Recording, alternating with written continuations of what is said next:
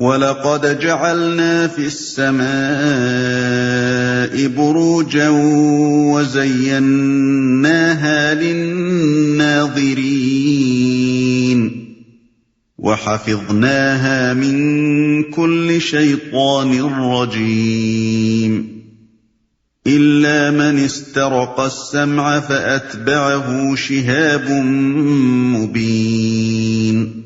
یہ ہماری کار فرمائی ہے کہ آسمان میں ہم نے بہت سے مضبوط قلعے بنائے، ان کو دیکھنے والوں کے لیے مزین کیا اور ہر شیطان مردود سے ان کو محفوظ کر دیا۔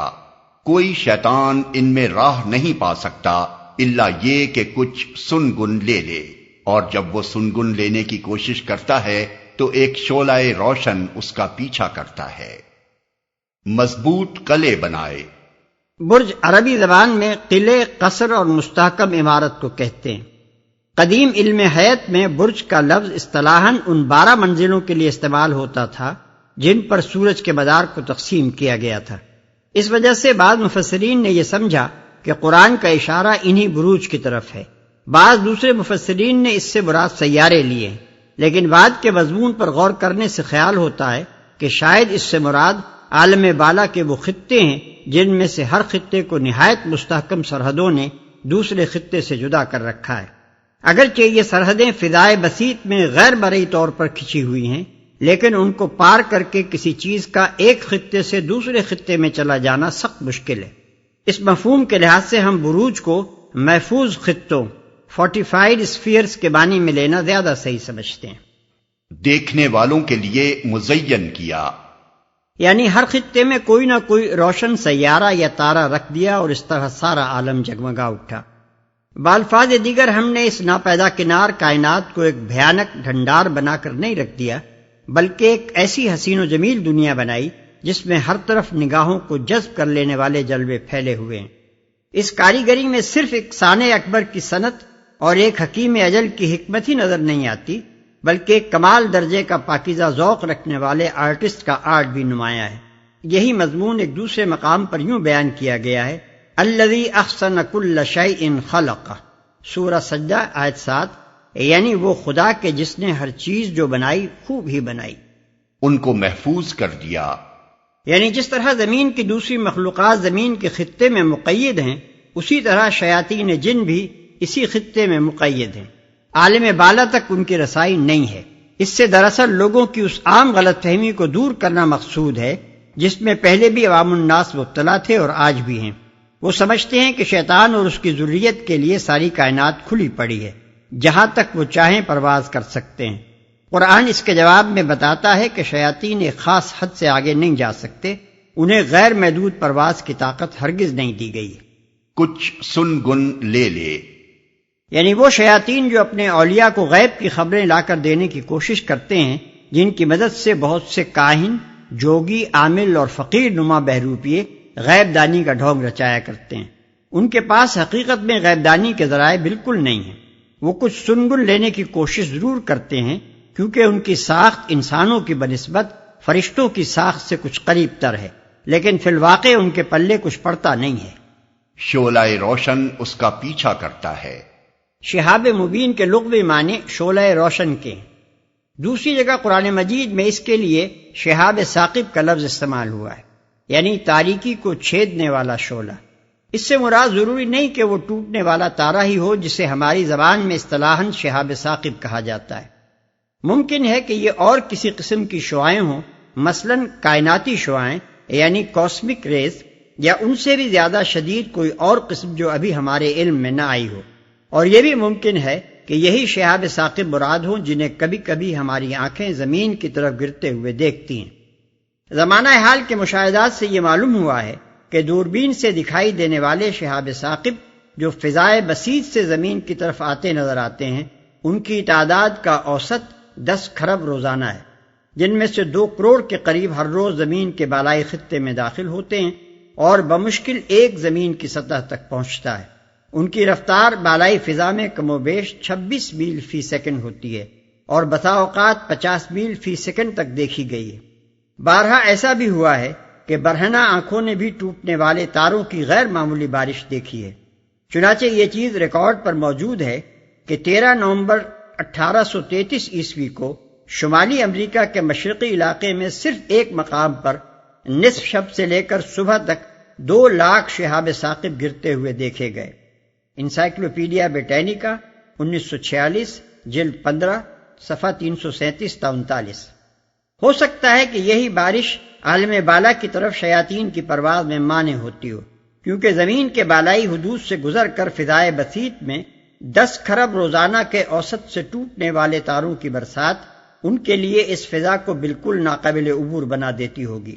اس سے کچھ ان محفوظ قلعوں کی نوعیت کا اندازہ بھی ہو سکتا ہے جن کا ذکر اوپر ہوا ہے۔ بظاہر فضا بالکل صاف شفاف ہے، جس میں کہیں کوئی دیوار یا چھت بنی نظر نہیں آتی، لیکن اللہ تعالیٰ نے اسی فضا میں مختلف خطوں کو کچھ ایسی غیر مرئی فصیلوں سے گھیر رکھا ہے جو ایک خطے کو دوسرے خطوں کی آفات سے محفوظ رکھتی ہیں۔ یہ انہی فصیلوں کی برکت ہے کہ جو شہاب ثاقب 10 کھرب روزانہ کے اوسط سے زمین کی طرف گرتے ہیں وہ سب جل کر بھسم ہو جاتے اور بمشکل ایک زمین کی سطح تک پہنچ سکتا ہے۔ دنیا میں شہابی پتھروں یعنی میٹیورائٹس کے جو نمونے پائے جاتے ہیں اور دنیا کے عجائب خانوں میں موجود ہیں، ان میں سب سے بڑا 645 پاؤنڈ کا ایک پتھر ہے جو گر کر 11 فیٹ زمین میں دھس گیا تھا۔ اس کے علاوہ ایک مقام پر 36.5 ٹن کا ایک آہنی تودا پایا گیا ہے، جس کے وہاں موجود ہونے کی کوئی توجیہ سائنسدان اس کے سوا نہیں کر سکے ہیں کہ یہ بھی آسمان سے گرا ہوا ہے۔ قیاس کیجئے کہ اگر زمین کی بالائی سرحدوں کو مضبوط حصاروں سے محفوظ نہ کر دیا گیا ہوتا تو ان ٹوٹنے والے تاروں کی بارش زمین کا کیا حال کر دیتی۔ یہی حصار ہیں جن کو قرآن مجید نے بروج یعنی محفوظ قلعوں کے لفظ سے تعبیر کیا ہے۔ وَالْأَرْضَ مَدَدْنَاهَا وَأَلْقَيْنَا فِيهَا رَوَاسِيَ وَأَنبَتْنَا فِيهَا مِن كُلِّ شَيْءٍ مَّوْزُونٍ۔ ہم نے زمین کو پھیلایا، اس میں پہاڑ جمائے، اس میں ہر نوع کی نباتات ٹھیک ٹھیک نپی تلی مقدار کے ساتھ اگائی۔ اس سے اللہ تعالیٰ کی قدرت و حکمت کے ایک اور اہم نشان کی طرف توجہ دلائی گئی ہے۔ نباتات کی ہر نوع میں تراسل کی اس قدر زبردست طاقت ہے کہ اگر اس کے صرف ایک پودے ہی کی نسل کو زمین میں بڑھنے کا موقع مل جاتا تو چند سال کے اندر روئے زمین پر بس وہی وہ نظر آتی، کسی دوسری قسم کی نباتات کے لیے کوئی جگہ نہ رہتی۔ مگر یہ ایک حکیم اور قادر مطلق کا سوچا سمجھا منصوبہ ہے جس کے مطابق بے حد و حساب اقسام کی نباتات اس زمین پر اگ رہی ہیں اور ہر نوع کی پیداوار اپنی ایک مخصوص حد پر پہنچ کر رک جاتی ہے۔ اسی منظر کا ایک اور پہلو یہ ہے کہ ہر نوع کی جسامت، پھیلاؤ، اٹھان اور نشو و نما کی ایک حد مقرر ہے جس سے نباتات کی کوئی قسم بھی تجاوز نہیں کر سکتی۔ صاف معلوم ہوتا ہے کہ کسی نے ہر درخت، ہر پودے اور ہر بیل بوٹے کے لیے جسم، قد، شکل، برگوبار اور پیداوار کی ایک مقدار پورے ناپ تول اور حساب و شمار کے ساتھ مقرر کر رکھی ہے۔ وَجَعَلْنَا لَكُمْ فِيهَا مَعَايِشَ وَمَن لَّسْتُمْ لَهُ بِرَازِقِينَ، اور اس میں معیشت کے اسباب فراہم کیے تمہارے لیے بھی اور ان بہت سی مخلوقات کے لیے بھی جن کے رازق تم نہیں ہو۔ وَإِن مِّن شَيْءٍ إِلَّا عِندَنَا خَزَائِنُهُ وَمَا نُنَزِّلُهُ إِلَّا بِقَدَرٍ مَّعْلُومٍ۔ کوئی چیز ایسی نہیں جس کے خزانے ہمارے پاس نہ ہوں، اور جس چیز کو بھی ہم نازل کرتے ہیں ایک مقرر مقدار میں نازل کرتے ہیں۔ یہاں اس حقیقت پر متنبہ فرمایا کہ یہ معاملہ صرف نباتات ہی کے ساتھ خاص نہیں ہے بلکہ تمام موجودات کے معاملے میں عام ہے۔ ہوا، پانی، روشنی، گرمی، سردی، جمادات، نباتات، حیوانات، غرض ہر چیز، ہر نوع، ہر جنس اور ہر قوت و طاقت کے لیے ایک حد مقرر ہے جس پر وہ ٹھہری ہوئی ہے، اور ایک مقدار مقرر ہے جس سے نہ وہ گھٹتی ہے نہ بڑھتی ہے۔ اسی تقدیر اور کمال درجے کی حکیمانہ تقدیر ہی کا یہ کرشمہ ہے کہ زمین سے لے کر آسمانوں تک پورے نظام کائنات میں یہ توازن، یہ اعتدال اور یہ تناسب نظر آ رہا ہے۔ اگر یہ کائنات ایک اتفاقی حادثہ ہوتی یا بہت سے خداؤں کی کاریگری و کارفرمائی کا نتیجہ ہوتی تو کس طرح ممکن تھا کہ بے شمار مختلف اشیاء اور قوتوں کے درمیان ایسا مکمل توازن و تناسب قائم ہوتا اور مسلسل قائم رہ سکتا۔